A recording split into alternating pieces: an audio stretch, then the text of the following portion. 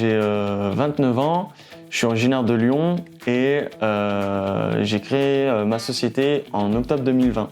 Je suis un organisme de formation qui a pour mission en fait d'accompagner et former des tuteurs en entreprise autour du marketing digital, donc tout ce qui est outils digitaux et également entre autres les réseaux sociaux, etc.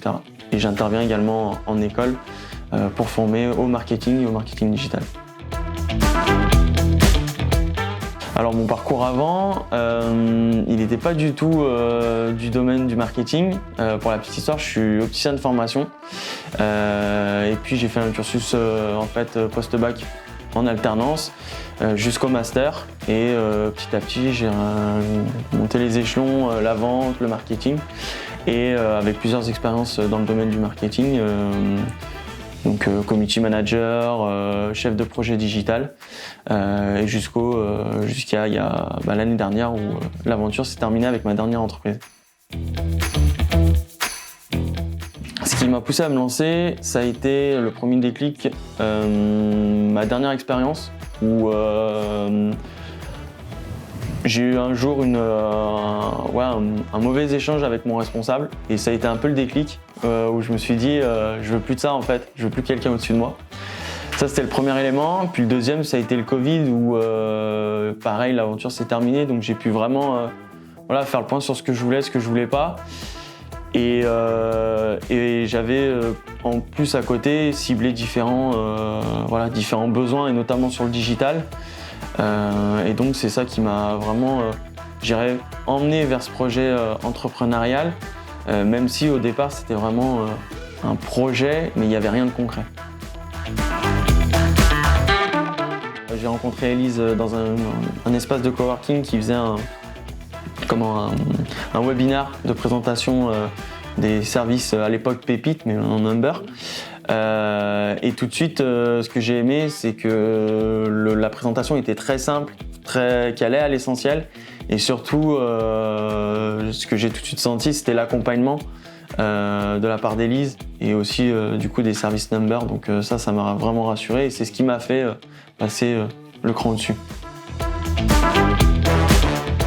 La première, ça a été quand je me suis créé. J'avais dans l'idée de me dire je vais pouvoir être accompagné soit par la région, soit par Pôle emploi, puisqu'à l'époque j'étais également avec Pôle emploi. Et donc quand j'ai démarré, j'ai créé ma société, puis 15 jours après, j'ai appelé les organismes concernés en demandant j'aimerais être formé, etc. Par rapport à ma création d'entreprise. Et en fait, on m'a mis un gros stop et on m'a dit non, en fait, les subventions, les aides à la formation, tout ça, c'est avant la création. Donc du coup, je suis parti de zéro et au final, ça se passe plutôt bien aujourd'hui et j'en suis plutôt satisfait. Donc c'est un moyen aussi, entre guillemets, dans l'échec, même si c'est pas réellement un échec, de rebondir et d'aller de l'avant. Pour moi, les avantages d'être indépendant, premièrement, c'est de pouvoir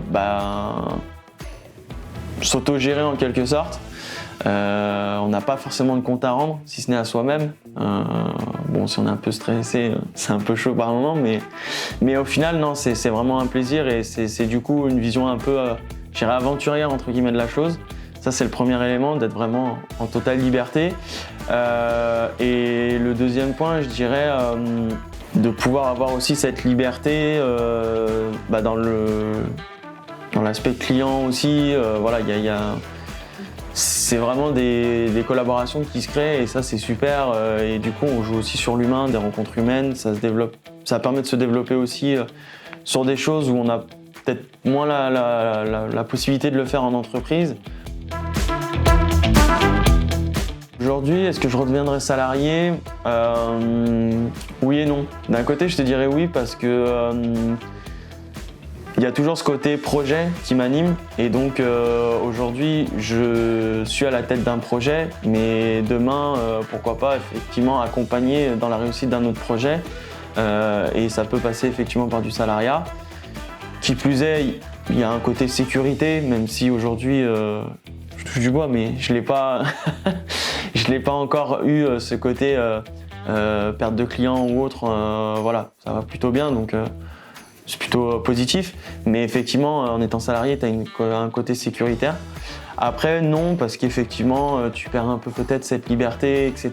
Dans certains cas, je dis pas que c'est le cas pour tout le monde, mais enfin, pour toutes les entreprises. Puisqu'aujourd'hui, on change un peu ce mode de management.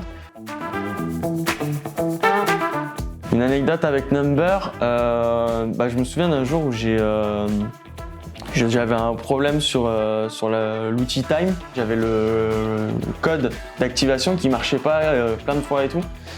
Et du coup, j'ai envoyé un message. Je pensais que j'allais pas avoir la réponse immédiatement.